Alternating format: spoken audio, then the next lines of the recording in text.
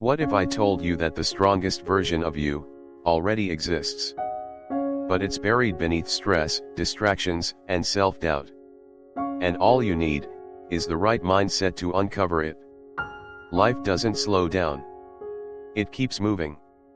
And if you're not careful, you wake up one day, stuck. Not broken. Just stuck. But here's the truth, you're not lost. You're just waiting.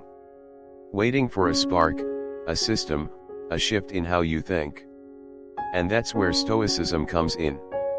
For centuries, the Stoics Marcus Aurelius, Epictetus, Seneca didn't just talk about wisdom. They lived it. In war. In exile. In grief. In power. Their philosophy wasn't theory.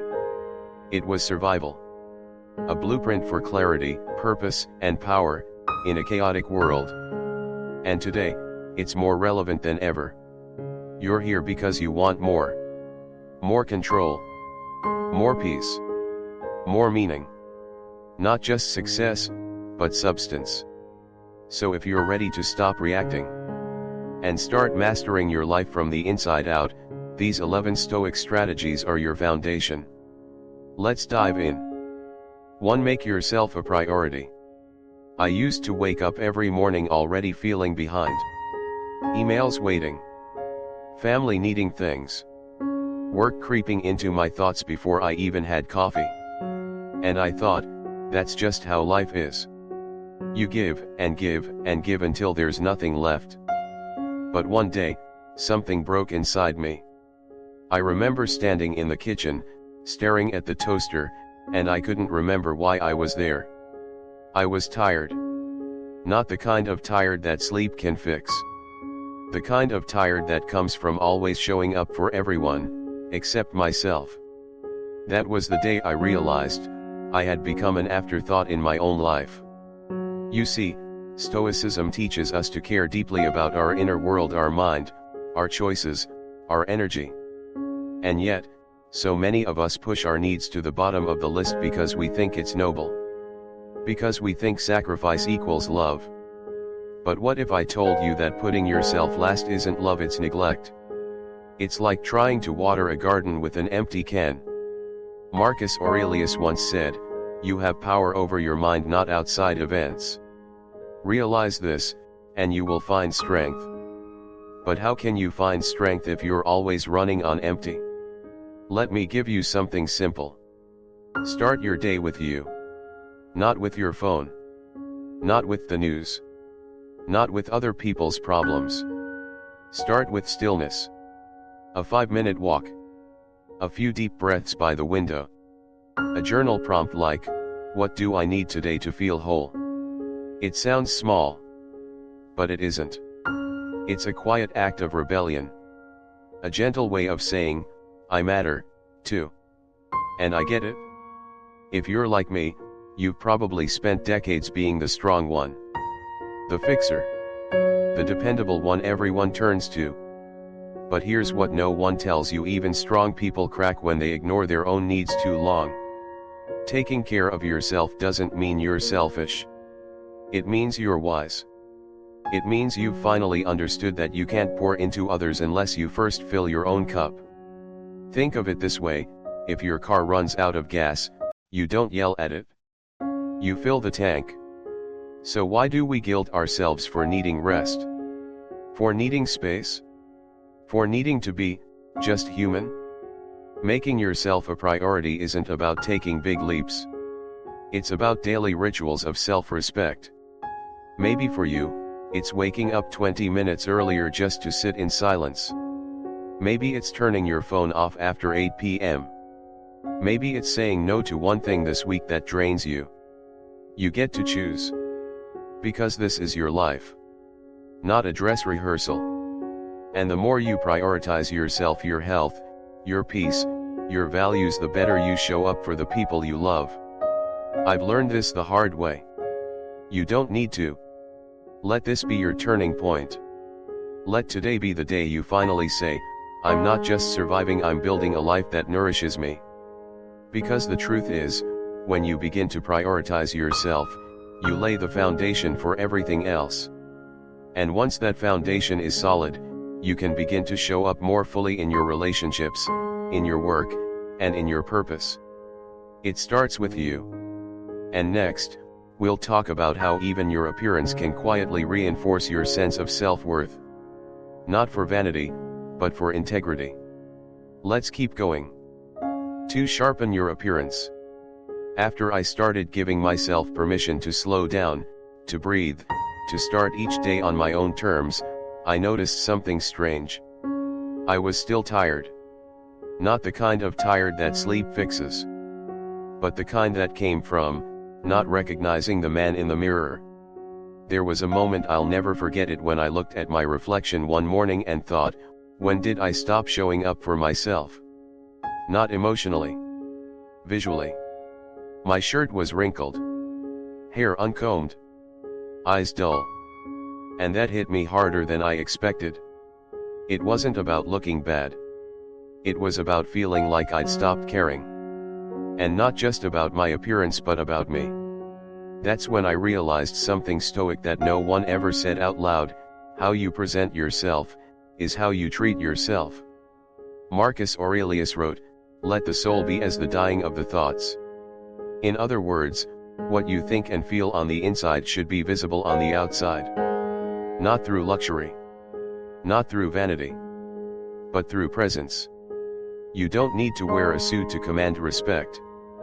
But you do need to respect yourself enough to walk into the world like you matter. Because you do. Start small. Maybe today you iron your shirt before heading out.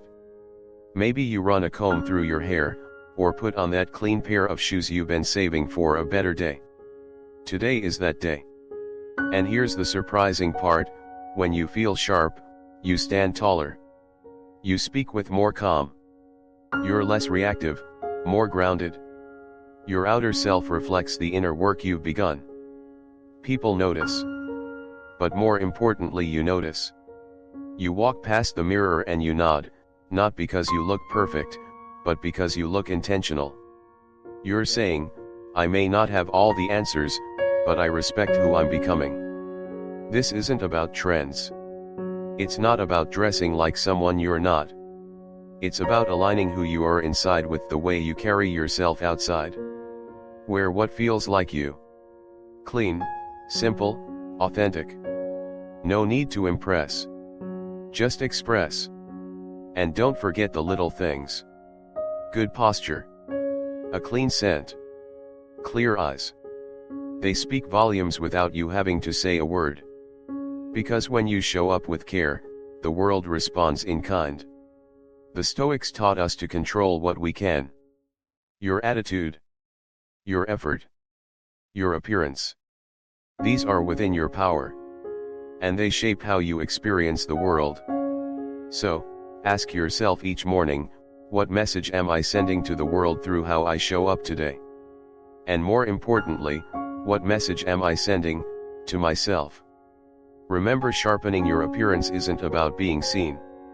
It's about showing up ready for your day, your purpose, your life. And once you start seeing yourself with respect, the next lesson becomes easier. Because now that you're standing tall, let's talk about the most unexpected tool in your stoic arsenal. Your smile. 3. Use your smile as a weapon. I never thought something as small as a smile could change the course of a day. But it did. It was during one of the worst months of my life. Everything felt heavy: work, family, regrets I couldn't shake. You know, the kind of heaviness that lives in your chest, like a quiet storm that won't pass. One morning, I walked into a coffee shop, tired, irritated, barely holding it together. And the barista, just a kid, maybe 19, looked up and smiled at me. Not because he had to. Not that customer service grin. A real smile. Warm. Simple. Human. And for some reason, it cracked something open in me. I smiled back. For the first time in days. And in that small moment, something shifted. It didn't fix everything, but it reminded me that I wasn't alone. And that's when I started paying attention to the power of a smile. You see, Stoicism doesn't teach us to fake happiness. It teaches us to choose our response even in the middle of hardship. Very little is needed to make a happy life, Marcus Aurelius wrote. It is all within yourself, in your way of thinking. Your smile is part of that thinking. It's not just about looking friendly. It's about claiming your space, your calm, your grace in a world that often tries to pull it from you. When you smile, even when it's hard, you're telling your brain, we're okay. And the brain listens. It releases dopamine. It softens the fight or flight response.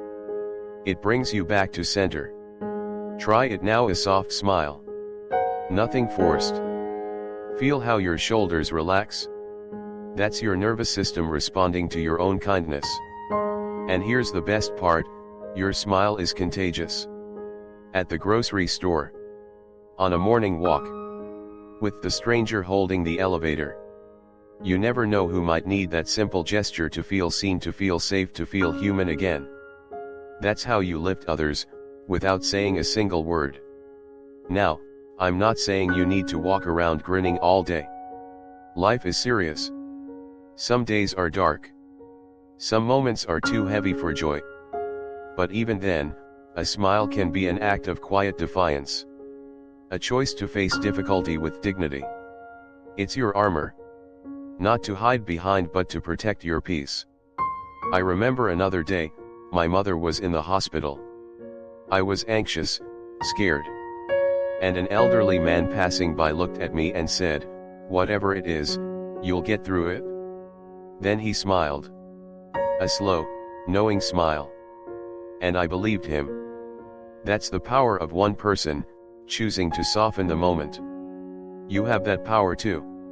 So the next time you're overwhelmed, or stressed, or lost in thought, pause. Take a breath. And smile just for yourself. Because when you smile, you bring yourself back. You say to life, I may bend, but I don't break. So far, we've talked about showing up for yourself, about standing tall and looking the part, and now, smiling through it all. But what happens when others try to cross your peace? When people pull too much, expect too much, and drain the life out of you? That's where we go next. Setting boundaries with kindness. 4. Set boundaries with grace. There was a time in my life when I said yes to everything. Work requests. Family favors. Last-minute phone calls that stretched into the night. And I told myself it was love. It was loyalty. It was just what good people do. But slowly, something began to wither inside me. I became short-tempered. Easily drained. Disconnected from the things I used to enjoy. One afternoon, a close friend asked me for something simple, a ride across town. And I remember feeling resentment rise in my chest, not because I didn't care, but because I was exhausted, and too afraid to say no. That's when I knew, I wasn't giving from a full heart anymore. I was giving from guilt. From fear of disappointing people. From the belief that my worth came from always being available. And the truth is, that's not love. That's self-abandonment. Stoicism taught me something life-changing. If you want to improve, Epictetus said, be content to be thought foolish and stupid. In other words, you must be okay with others not understanding your boundaries. Because your peace is more important than their opinion. Setting boundaries isn't about building walls. It's about drawing lines of clarity so that you don't lose yourself in other people's chaos. You can still be kind. You can still care deeply. But you also have the right to say, this doesn't work for me. This time, I need to rest. I'm not available today. And you don't owe anyone a long explanation. Your calm no is enough. It took me years to learn this. To realize that every time I said yes to something that drained me, I was saying no to something that truly mattered: my health, my family, my creativity, my time to think. Boundaries are a form of self-respect. And the beautiful part? When you respect yourself, others start to respect you too. It may not happen right away. Some people will push back. Some will question your change. But hold your ground softly, firmly. You don't have to slam doors. Just gently close the ones that no longer lead anywhere. And here's the surprising part: when you set boundaries, you're not just protecting your time, you're protecting your ability to love without resentment. Because love given freely, not from obligation, is the kind that heals.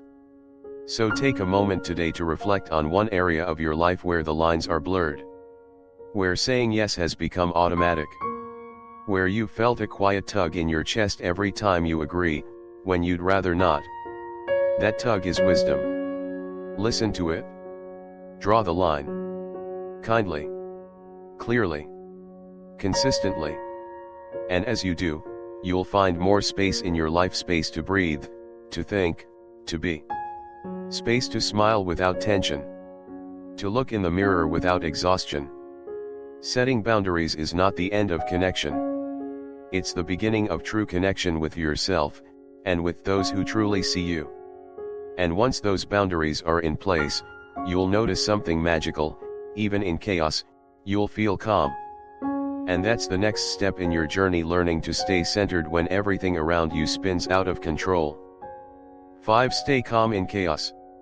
Not long ago, I had one of those days where everything seemed to unravel at once.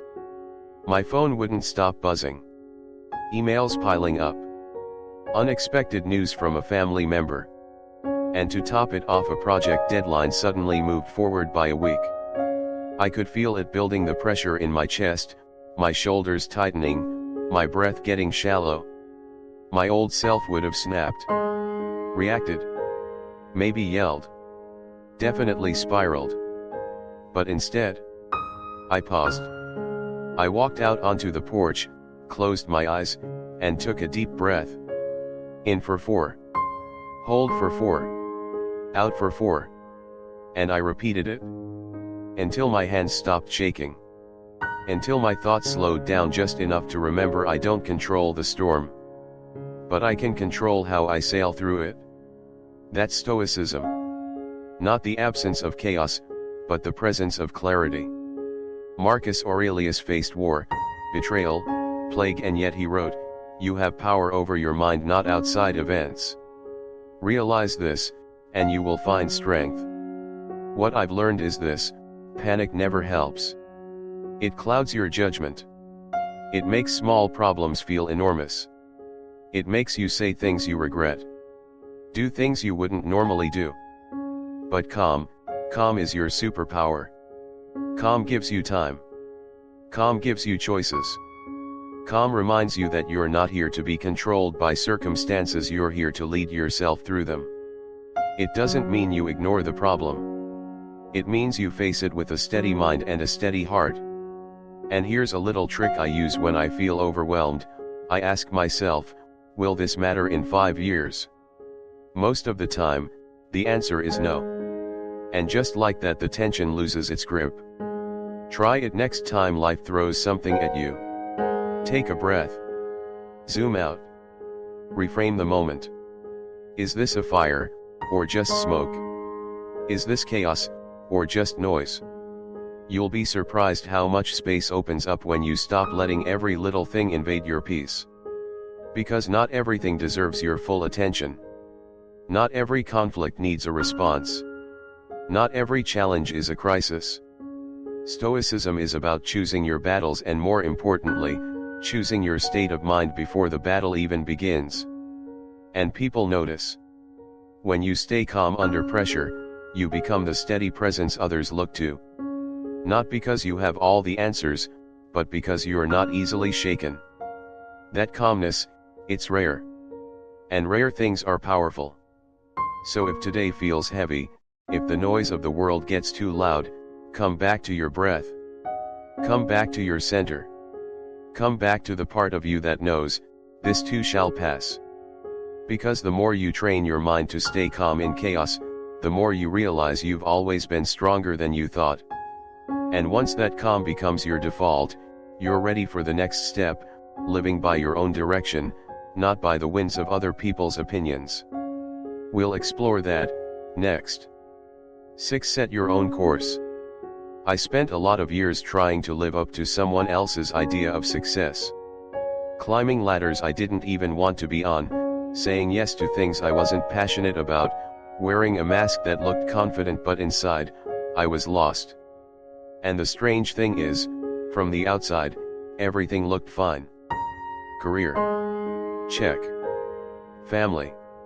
Stable. Social life. Active enough.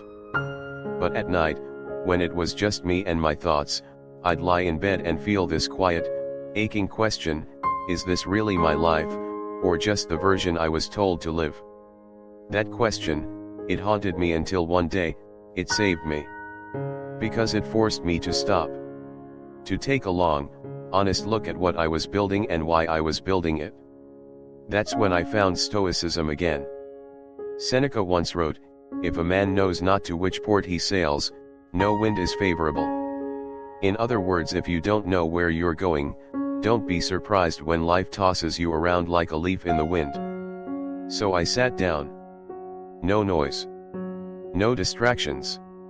Just a notebook and a pen. And I asked myself, what truly matters to me? Not what looks good. Not what earns applause. But what feels aligned. For me, it was freedom. Integrity. Peace. The ability to wake up and not dread the day ahead. What about you? What are your core values? What are the quiet things that make you feel alive? Maybe it's creativity. Maybe it's service. Maybe it's family. Maybe it's building something with your hands, or teaching, or healing, or simply having time to think. Once I got clear on what I valued, I began to steer my life toward it. Little by little. I didn't quit everything overnight. But I started saying no more often. I started choosing projects that lit me up. I stopped pretending to enjoy the noise. And the more I walked in my own direction, the lighter I felt. Not because life got easier, but because I finally stopped betraying myself. Here's what I've learned: you don't need a grand vision. You just need alignment, a life where your values and your actions finally match. When they do, your days begin to feel like they belong to you. And yes, setting your own course can feel lonely sometimes. People won't always understand your decisions. They'll question your pace. They'll offer advice you never asked for. But remember, they don't have to walk your path. You do. This is your life. Not a performance. Not a checklist. And when you live it on your own terms, even the hard days feel more meaningful because they're yours. So if you're feeling stuck right now, if life feels like a blur of obligations, I invite you to pause. To ask, what direction am I really headed in? And is it the direction my soul wants to go? If the answer is no, change course. Even a little. Because the compass is already inside you. And it always points true, when you have the courage to follow it. And once you're on your own path, there will come a time when the world pushes back. When your values are tested. When standing your ground feels hard. That's when the next lesson comes in: make your stand. Even when it means standing alone. 7. Make your stand. There comes a moment sooner or later when life looks you in the eye and asks, what do you truly believe in? Not what you say you believe. Not what you post. Not what sounds good in a conversation. But what you live. What you're willing to stand for even when it costs you.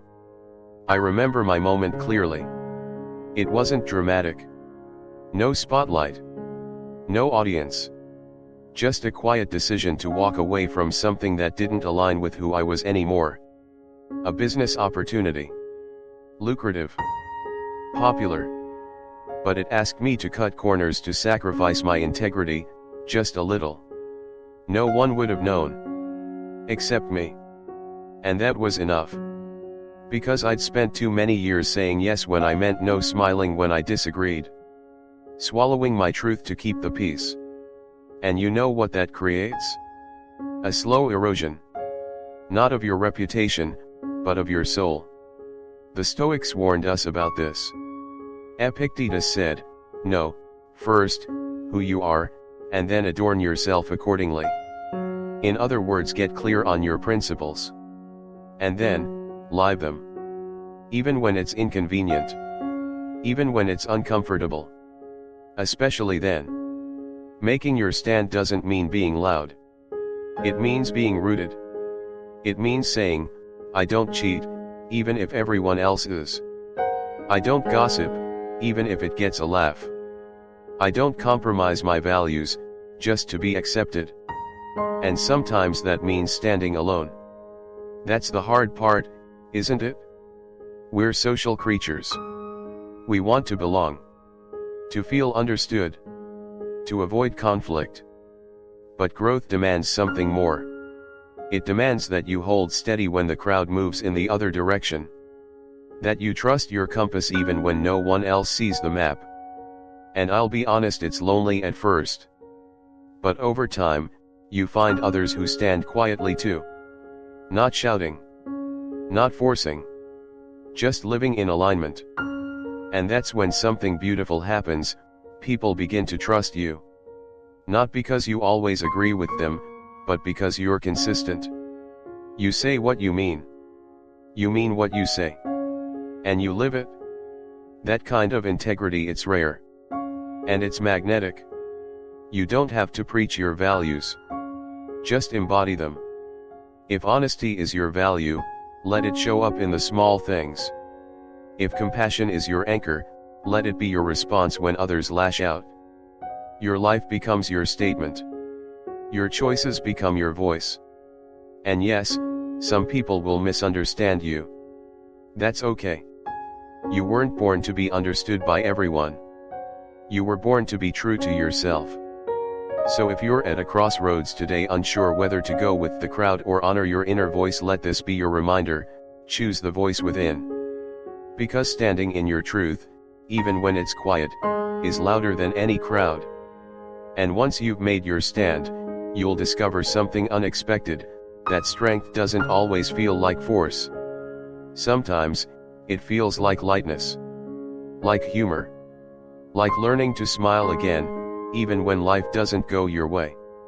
And that is our next step. Nurture your wit. Because wisdom isn't just about being serious.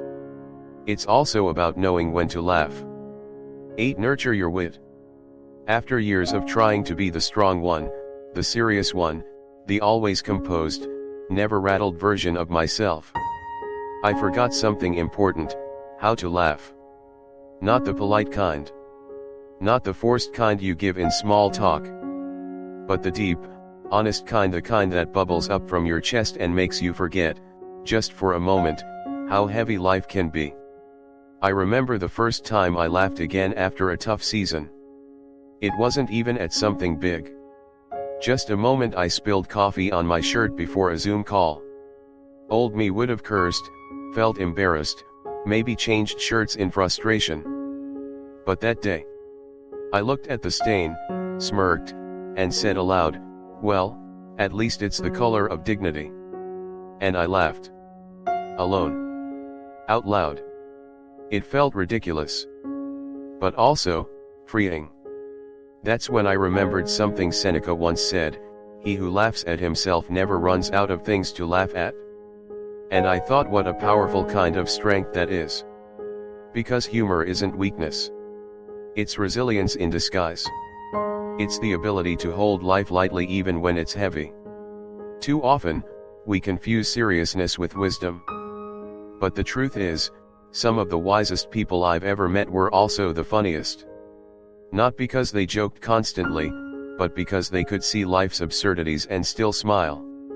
They didn't pretend life wasn't hard. They just refused to let that hardness harden them. And you can do the same. Start with yourself. Laugh at your quirks. At your overthinking. At the way you misplace your glasses, while they're on your head. Not to mock yourself, but to be gentle with yourself. Wit, at its best, is kindness in motion. It lightens the mood. It creates connection. It tells people, I don't take myself too seriously and neither should you.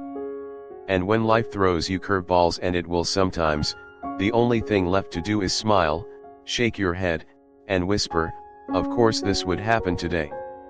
That little chuckle? That's you staying human. That's you choosing light over bitterness. In relationships, humor softens the edges. In conflict, it breaks tension.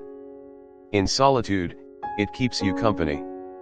You don't need to be the funniest person in the room.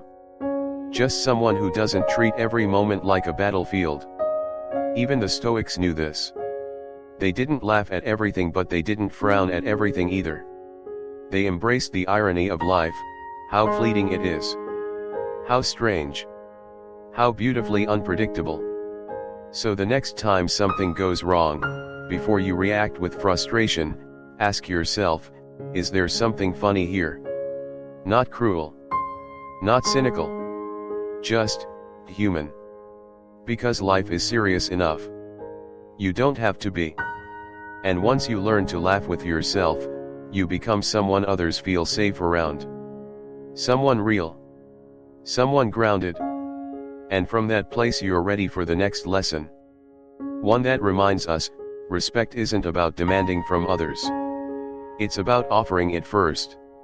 To them. And to yourself. 9. Practice universal respect. I used to believe that respect had to be earned. That I'd only offer it to those who had proven themselves, who agreed with me, or treated me the way I thought I deserved. But life has a way of humbling you. You meet people who are struggling silently. You see how easily someone's whole world can change in a day. And you begin to realize, everyone's carrying something. A grief they don't speak of. A regret they're still healing from. A pressure they pretend isn't there.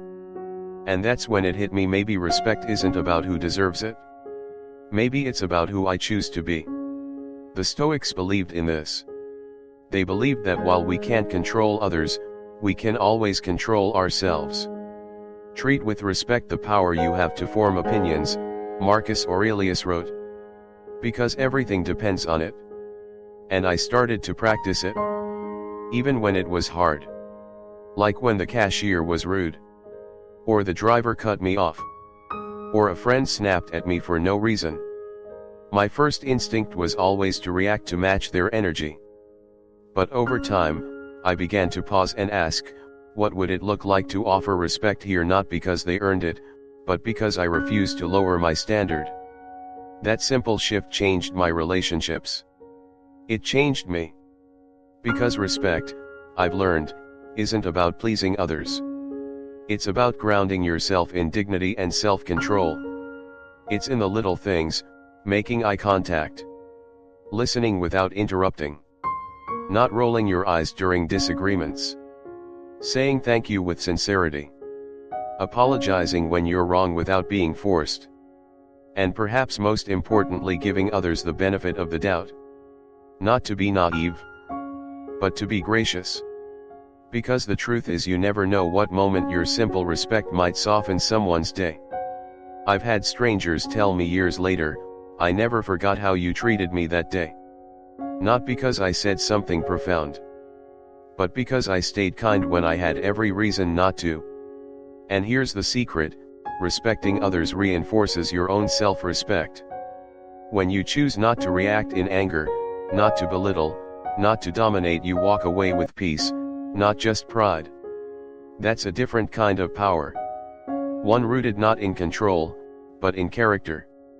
And yes, respect doesn't mean tolerating abuse. It doesn't mean staying silent when something is wrong. But even then you can speak firmly without disrespect. You can leave with dignity instead of destruction. Because who you are when it's hard to be kind says more than who you are when it's easy. So practice it. Everywhere. With everyone. Not because they earned it, but because you've decided this is who you are now. And once you do, you'll start to notice something, people open up more. Walls come down. And you begin to create a life that feels steady, even when others are unstable. And from that place of deep respect, you can take the next step knowing where your limits are. Not to shut people out, but to protect the space where peace lives. That's where we go next. Set clear parameters because peace needs boundaries. 10. Set clear parameters. There was a time when I believed being a good person meant always being available. Always saying yes. Always answering the phone. Always showing up even when I was breaking inside. And for a while, people praised me for it. Dependable. Selfless. Always there. But they didn't see the cost. The quiet resentment. The stress. The way I would wake up dreading the day, already stretched thin, and it wasn't even 8 a.m. One night, I sat at the kitchen table, alone, after another long day of pleasing everyone but myself. And I asked, what would it look like to finally protect my peace? Not in a dramatic way. Not by cutting people off. But simply, by getting clear on what I'm available for and what I'm not. That's when I discovered the power of parameters. Stoicism teaches us to focus on what's within our control. And one of the most overlooked things we do control is our boundaries. Epictetus said, never allow someone to be your priority while allowing yourself to be their option. Let that sink in. You see, when you have no boundaries, you invite the world to drain you, not out of malice, but because you never said, this is where I end, and where your needs begin. I started small.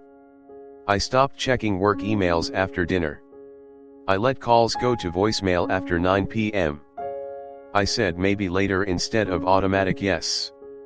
And I gave myself permission to rest, without guilt. It was awkward at first. Some people didn't understand. Some pushed harder. But slowly my life became more peaceful. And you know what surprised me? The more I honored my boundaries, the more people respected them. And the ones who didn't? They showed me exactly why I needed those boundaries in the first place. Setting clear parameters isn't selfish. It's wise. It's knowing that your time, energy, and attention are limited resources, and that giving them away freely to everything and everyone leaves you depleted for what truly matters.